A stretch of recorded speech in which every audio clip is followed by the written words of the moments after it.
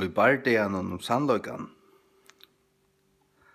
så det så valsikna at man har vunnet, bare man har sagt han. Bare du har sagt han. Det ikke det om du har vunnet 13 målet. Om du var bedre skåren for tungobanden, om du dodde vi snilt unna knulva hin nyer og få hin at kjenne som måttleisan. Det ikke det. Vars du, 8 sannløgjen. Hever du han,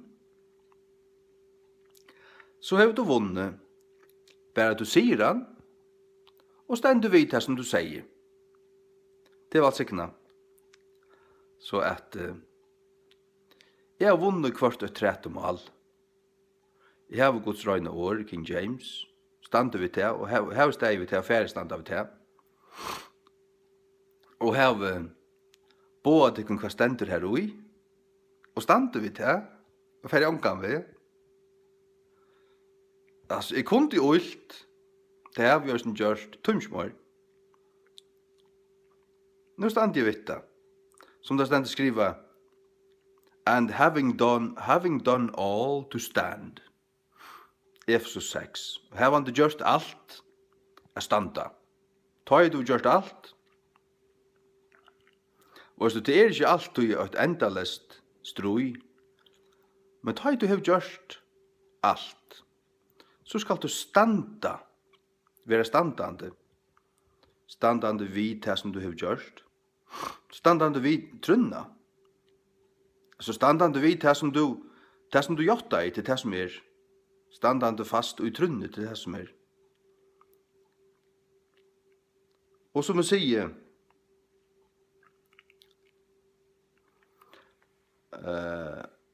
man hikker vi kvart etter onken debatt om det var til onker klaukur professor du var velskåren for tungobanden og ordentlig du var snakkar som var ikke kvett. Og så en verje av King James, og han en palleba. Ikke bøtter, men ja, sinte lærter, men det varst. Og så har man til inntrykket, jeg falt ikke helt at Alexandrianeren vann, han som varde perversjoner, etter til perverteria teksten som kom ut i 1841, som allar moderne bibler tuttar etter. Det så ut som han vann. Det varst. Falt ikke helt det, daumaren helt det. Og han som var det King James, han sier bare tingene. Kanskje var han en feilande personer, kanskje var han foreldsinter, kanskje kauka i blau sånn jeg går innan at han fikk ikke huksa. Han fikk ikke huksa ordentlig klart på en her. Alt det her hadde menneskene litt. Det ikke alltid at et menneske kjenner seg krost, ta i det i minneluta. Og alt folk ikke helder vi hinnom. Og presset at her.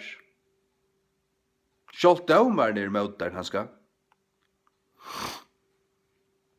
Ta det ringt. Men som jeg sier, 8 sannløgjen,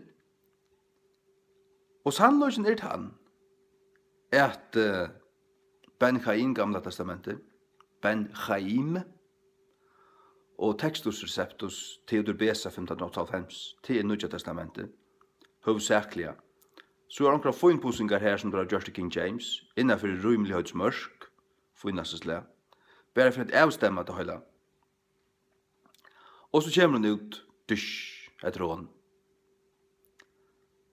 Halleluja. Og så vet vi vil kjenne at anden ber okkom vittnesbord, hette Bibelen. Fyra vi ikke enda les skulle rauta i pappurssprekon. Helt god og minst et år borstur til han omkant.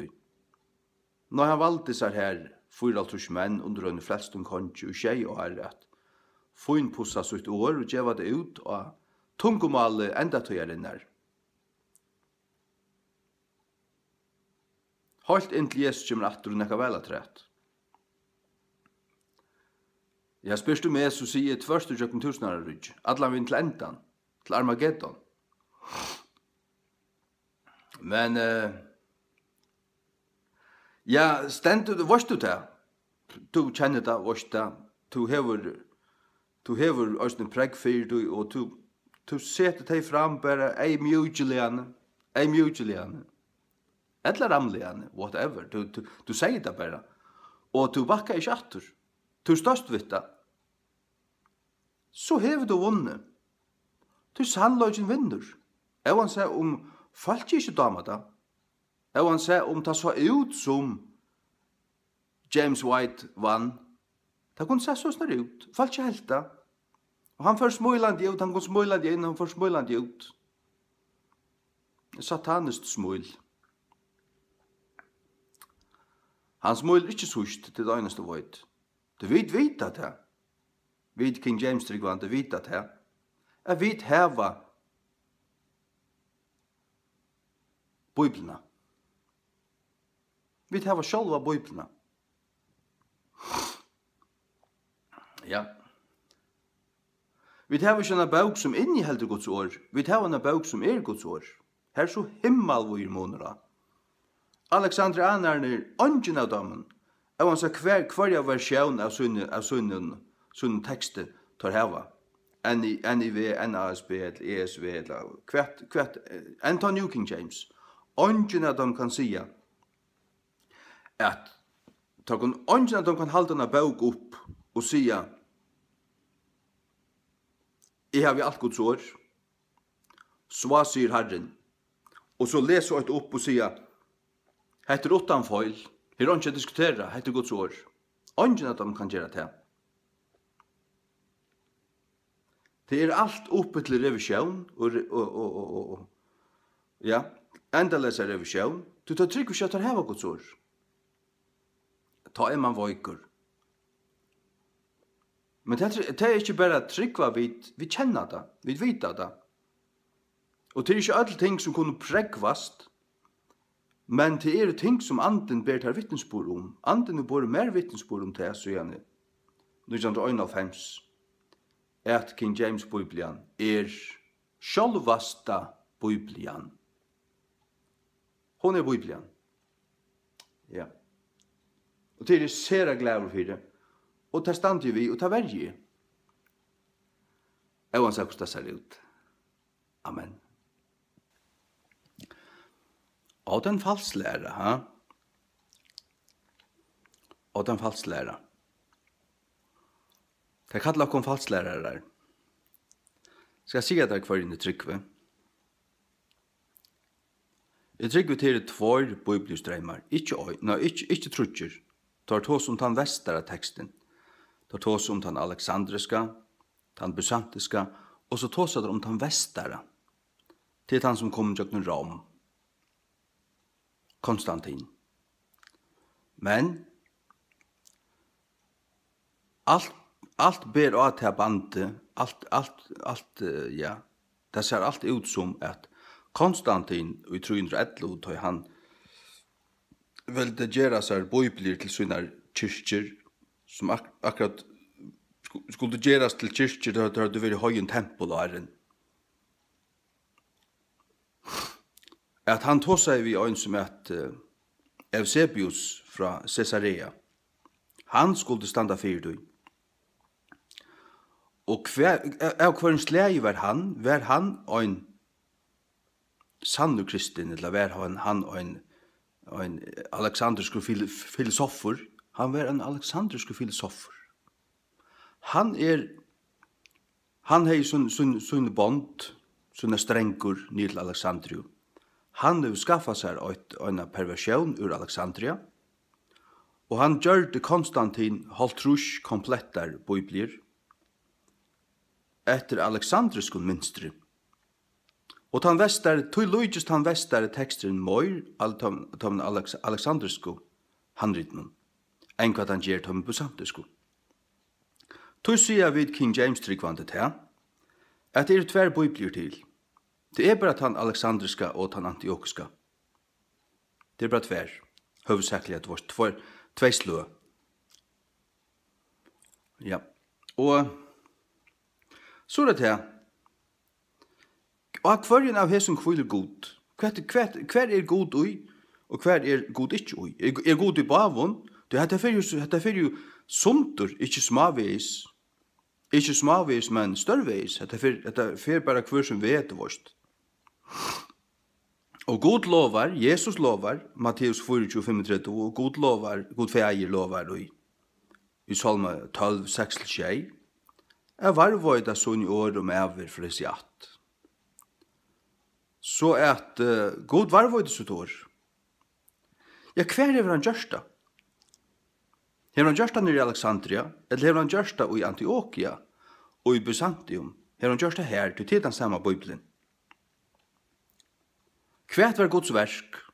Varst du Antioquia, Byzantium, og så var King James og reformasjonen? Var hun ikke Guds verk? Reformasjonen var Guds verk. Byzantium var et hasete for rattere trygg. Ikke bæra, men tar varvått og hevast alt Guds ord rønt, tar omskrivet det ikke. Kanskje snukt og ankre feiler seg inn her, men det blir røntsa. Og Antioquia var høvesete tja Paulus, høytninga tro på han tja Paulus. Ja. Og så vi trykker at vi var skvært. Ein bibel kommer komplett endelig ut i 611 til King James, så kommer han annor ut i 1841 til han reviderer av versjonen som hon vil kalla. Hon sletter ikke en revisjon, hon en nudge bibel. Det en nudge grunntekster tar snikka av seg til, ur Alexandria. Men tar satt at tar skulle revidere King James, tar gjør det slett ikke. Det en helt annen bibel. Tog var remast av skrudj om at det Tog det en så reelle større pastor enn som oppetjøkken alle togene hever helt fast ved King James. Det nekva møgnjøder i Irland og Amerika, alle stedene, og i de engsttalende heimene som har helt fast ved King James, alle togene. Ja. Og som saues tingene. Nekva suttjande menn tala om at det avdugga av det, og har steg med ut i alle togene, og skriva bøker om det såret. Nå, så at vi suttja til å vårt kvært, her moner, til moner, alle stedene, tverst og jøkken bøkene. Og heter tvær tekster. Og heter ikke bare ut tømmere luft, nei, her onker tekster undliggjant for Jesun, onker tekster undliggjant for Jesun. Ja, hver bøybel Guds bøybel, her tvær bøybler. Så jeg tar det moner, ikke bare 5, ikke bare halvt trus, ikke 100, men 8000. Ta sier man at og så det 3 vers, det 32.000 vers i Bibelen. Ta sier man at hetta rukkar ikke rett. Vi velger hver Bibel Guds Bibel. God lover av varva det står, vi trykker til han og gjørsta. Og så til tjont sust teker du en troar avgjør. Du lydra god, og du lydra Jesus. Han sier, himmel og jør skulle genge under, men åren som skulle ikke genge under. Så åren som Jesus ikke gingen under. Og det ikke bare åren som han taler i, men til oss han valgte seg apostlar, Paulus, Peter, Jakob, alle tar som skriver av. Det varvått. Hvert år, Guds skurst, åren som god skuirår, stender i Salma 12. Så det halda vi fast vi. Og vi sier, King James Guds år, basta. Og vi diskuterer det ikke en gang. Men vi tar Guds år. Så sier Herren, vi leser opp år for år, setning for setning. Alt fullkomlig skåthelt. Alt helt i vattnet, og ikke leker, og ikke rier. Det iverst ikke i øynene året som vi leser. Hette det, vi diskuterer det ikke en gang. Diskuterer det ikke en gang. Og for det vil vi kalle falslærere. Falslærere. Vi kaller falslærere. Hoksa det til. Vet det sånn og tryggvande? Vet King James only i falskene? Vidare till sån tryggvande. Gärningar apostlarna 24:14. Men hetta jotti it her, at etter tog vegen som tar kalla renklæra. Såløys tilby god fedra moina.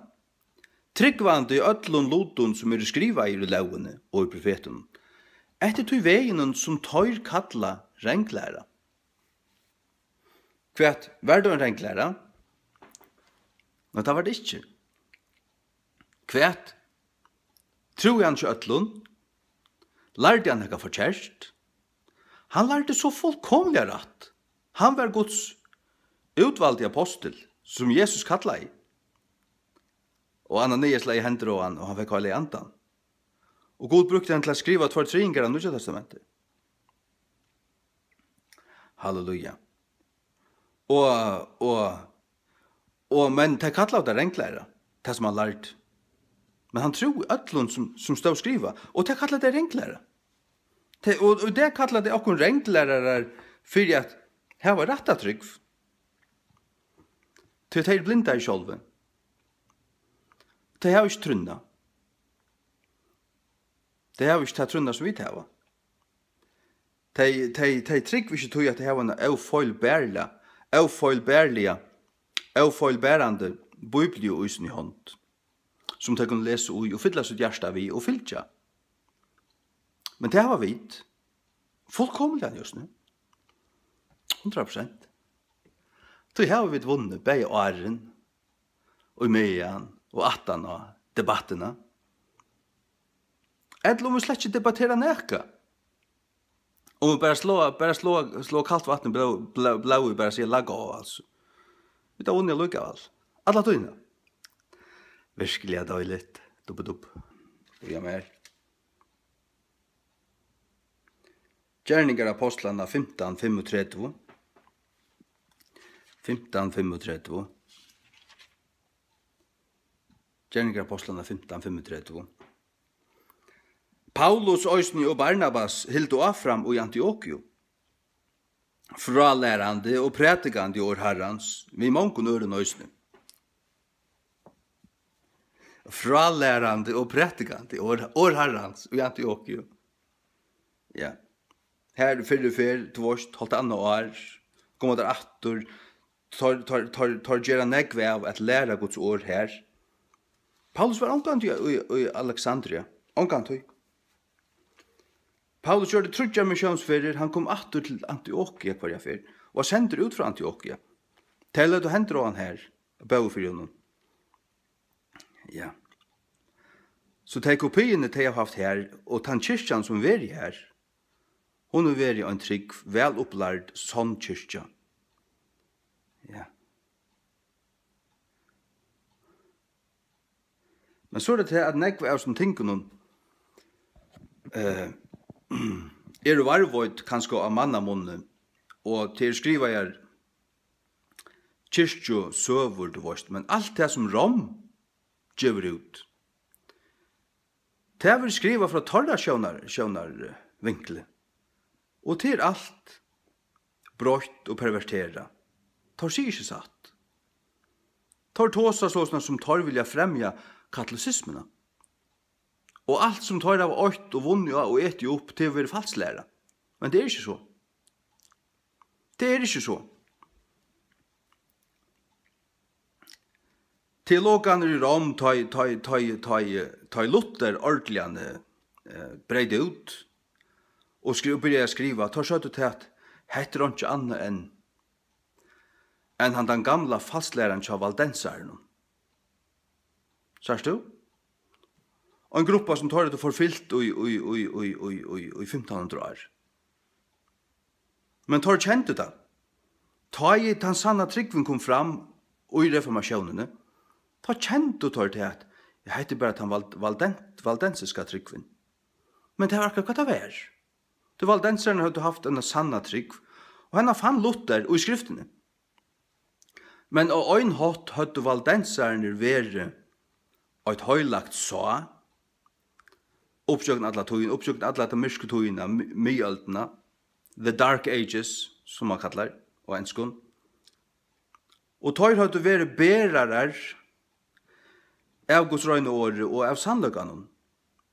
Men utanfyr, men mittenfalket til vårt, og av og til brot luttla vetjingar ut. Det hører man om.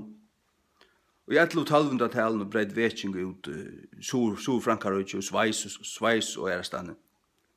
Men valdenserne tar krekvas opp i fjøtlen, tar bo i luttlom bygden opp i Halenden til vårt. Og kom og så åman vi kvørst.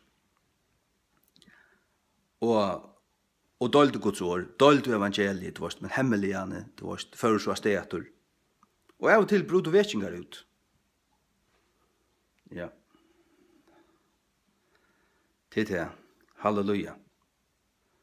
Nå er det godt å vite at man stender vidt retta, og hever til retta om hentur. Ikke bare om hentur, men så sannelig og hjertan. Så sannelig og hjertan. Men til tjons så er Bibelen også en bok. Tu sier om hentur. Og som jeg har sagt før, hun er den øynaste høyleie loteren. Den øynaste høyleie loteren eier, som du kan steke i hendene og sige, hette et høylagt ting. Ongen døybefantur, ongen kyrkja. Ongen pavakrona, så lengt var forbrentaren tog gjørs nu. Lengt var forbrentaren så, mener jeg. Så lengt var forbrentaren så. Guds året til øynasta høyleia av gjørene. Øynasta. Tog det Guds år. Halleluja. Han har varvat om æver. Om æver. Han hever, han lovar i det. Og det hever han så.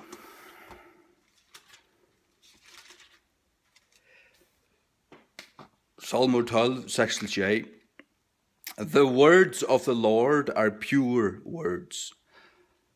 Åren til Herren er skuir og pure til rønt inn i botten og tvørste jøkken utan å allan veien til skurka til rønt edla. The words of the Lord are pure words, as silver tried in a furnace of earth, som silver rønt og i øynene brastlovni av gjør, purified 7 times, skurka i tjeiferer. Thou shalt keep them, O Lord. Thou shalt preserve them from this generation forever. Tu skalt væra teg, o Herre, tu skalt varvoida teg fra hesi at, ever. Så teg varvoid fra en avisar at som vil ta men an, som vil forkomma dømmen, men god du varvoid teg, ever. Tu er også det. Tu er også det. Ja, men, ta vit. Vi ikke interesserer i hva tu lost enda spottar, lost enda klotte. Møyner en gang, til lukka fort. Du må spørre, ta grønt sa det. Matteus 24:35. Himmel og jør skulle genge under, men årene tja mer skulle ikke genge under. Halleluja. Nå er det årene enda kommet ut av førskon. Takk og lov. Man vil alltid hilden være øynfalter. Da man tryggvand.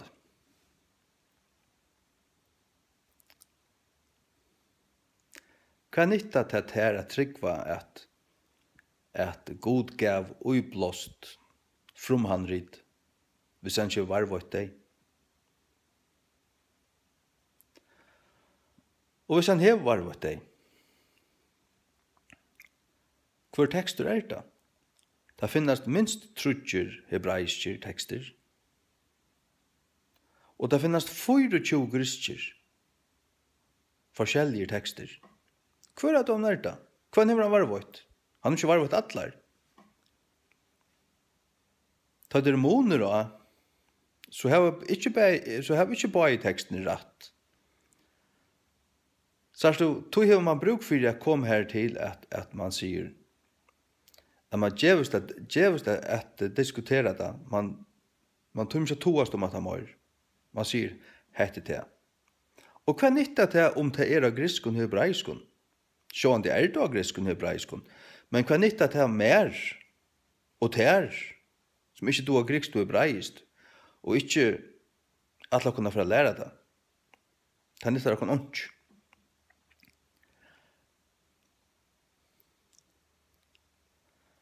Sjálvande ber det til at tøye allting.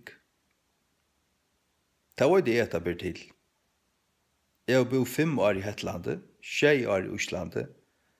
Det er ikke det ting som jeg kan si av føreskum som jeg kan si av enskum. Eller oslandskum. Jeg kan si allting. Og hever du nevne et år, så kan du sundergrøyne årene og velge akkurat når hatt året er det mest passande året av her som malen som til Du bruker hatta heldre enn hatta. Det her til man må komme. Og gjørs du det, så har du tøyt rett. Og så kan det ikke gjøres bedre. Ikke utan du sagt at det mangler noen ting, og så smøyer du akkurat de tingene som mangler. Vi har sveisa 2 stånar sammen, eller snikka okkur nytt år til, og kanskje bruke en søy eller 2 fremst i bautjen her som du lyser de årene som du har smøya. Her som du gjør en neiva lysing av døymon, hetta betyr hetta, kvart mer eller minne. Sørst du? Så la oss ber det til å gjøre en fullkomna tøying. Det ber til. Ikke tvattla for mer.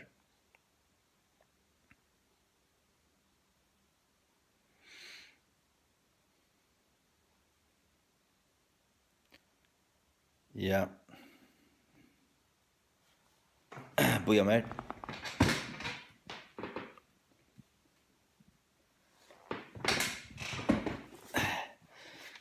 Vid øynfølto. Ja. Jeg vil gjerne høre til øynfølto. Matteus 5, fra vers 8. Og suttjande mannfjöldenar før han nian av et fjall, og da han var sett stor, kom lærersvånar hansara til hansara. Og han let opp munnsøyn og lærte tøyr, siande. Valsikne til fattøku i anda, til torra kongadømme himmens. Til fattøku i anda. Torra kongadømme himmens. De som halta seg vera så ruik. Til Laodikea. Av til at du sier ruikur og mer tarvar ikke, og sørst ikke at du fattøkur. Nætjen, blindur, dutt. Hadde Laodikea. Og hver kyrkje Laodikea? Det den sørste kyrkjen. Det var egentlig hon som var ringast stødd, men som helst seg vera rykast. Men hon var fullkomlig skralla. Hon blind og nætjen og fadtøk og ditten og datten. Hver kyrkja var så ryk? Jo, det var han filadelfiska. Hva sier Jesus om henne? Du luttla mått, men du ikke avnokta navn mot. Du var et år mot, ikke avnokta navn mot, men hun var voik. Men Jesus var henne allit. Hun løyt og hun avnokta ikke hans navn, og var et hans år. Vet du hva kyrkja han filadelfiska Fra reformasjonen fram til 1800 til Luthers kyrkja, til King James kyrkja, til Kong Christian sin satta kyrkja, og til min kyrkja. Jeg har slik til disse kyrkjene som det. Genja ongastan. Jeg trykker ikke ferdig genja ongastan. De kunne alt komme til min, alt som det der, hvis du ville hava noe skil. Hvis du ville hava sånn og vørna, jeg får gjerne om noen maner, før skal King James.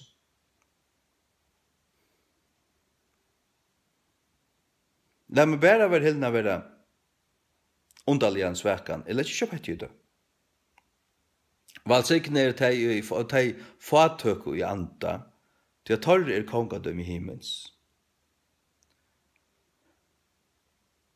Det som ikke har ikke tjej og omkring kavhøyten skole og lært fyllt proppfullt vi liggen. Uppdoppa i torra kjolt, det fullt i eko, fullt i kjoltsalit og alt det der. Det brenner øyna for ut. Hva er det ta etter? Han som setter seg alit av herran, han brenner omgant ut. Omgant ut.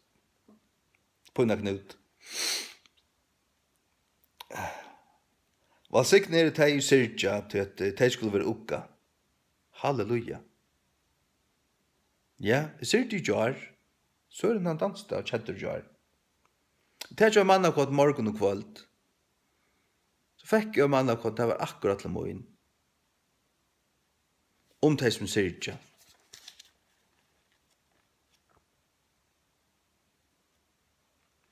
Herren gjør akkurat det som han har bruk for. Halleluja. Får jeg mer?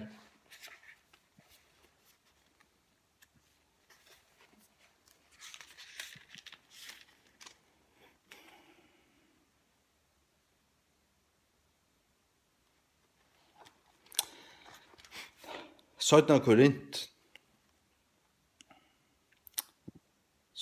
8 fra Troi. Signa av være god enn ta feir vårs Herre Jesu Kristus og feir miskunna og god allra uggana.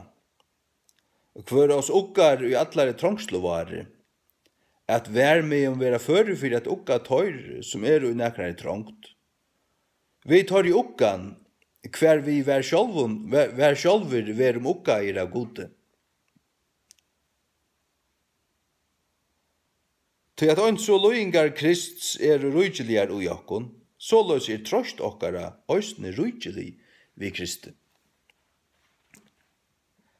Ja, loingarna rujeligar, trongten rujelig. Men Kristus okkara balsam. Så løs trost okkara òsne rujelig vi Kristi, by Christ. Vi brukar honom. God okkar akkun jokken Krist. Og kvart vid vera plaveier, det fyrir tikkara trost og frelso, som virksamt og uthalten av en somme lojingun som vid òsne loja, eller kvart vid vera okkaier, det fyrir tikkara trost og frelso. Halleluja. Det fikk et vårt akkurat til retta tog. Og setter man sitt alit av God, av Jesus, og byr, og leter han tala til øyn, så gjør han det. Om man så byr ønsomadler, og nesten ikke er samfunnet med ekran, han sviker ikke. Han vil ikke svike med. Han sviker helt ikke til. Han min prester, Jesus Kristus, han min hyre, min frelsare, han min. Det kan du ønskjere vi. Du kan få ilt av det hvis du vil. Du er ikke sitte og tikkere bonche, og lurt etter tøyne pastorer, tøyne økumeniske pastorer, som snakker om tudgen til ditten datten. Her er ferdig slett ikke.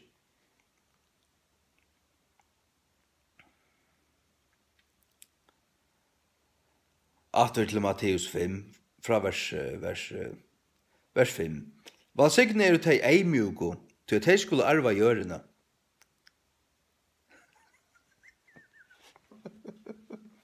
Tei eimjugo. Vid eimjugo. Du var ikke eimjugo. Ok. Ok. Allei.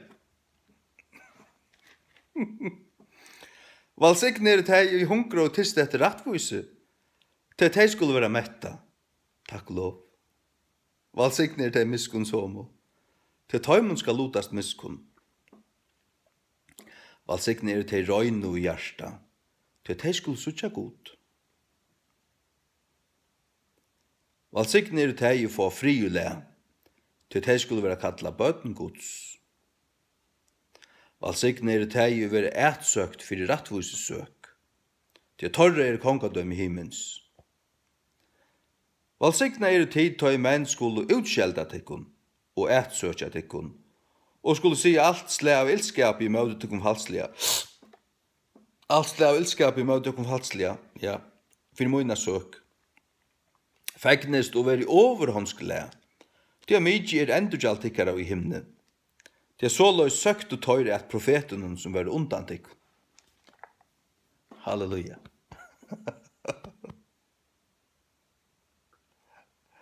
Det var sikten av være Guds bad. Vi trygg. Ja, jeg har samfunnet vi han. Og øynstakkan brauer. Kanskje øynstakkan syster, hvor vårt. Men, ja. Det stendt skriva samfunnet okkar er vi feiren. Stendt 21. Johannes. Samfunnet okkar er vi feiren. Ja. Takk lov. Amen.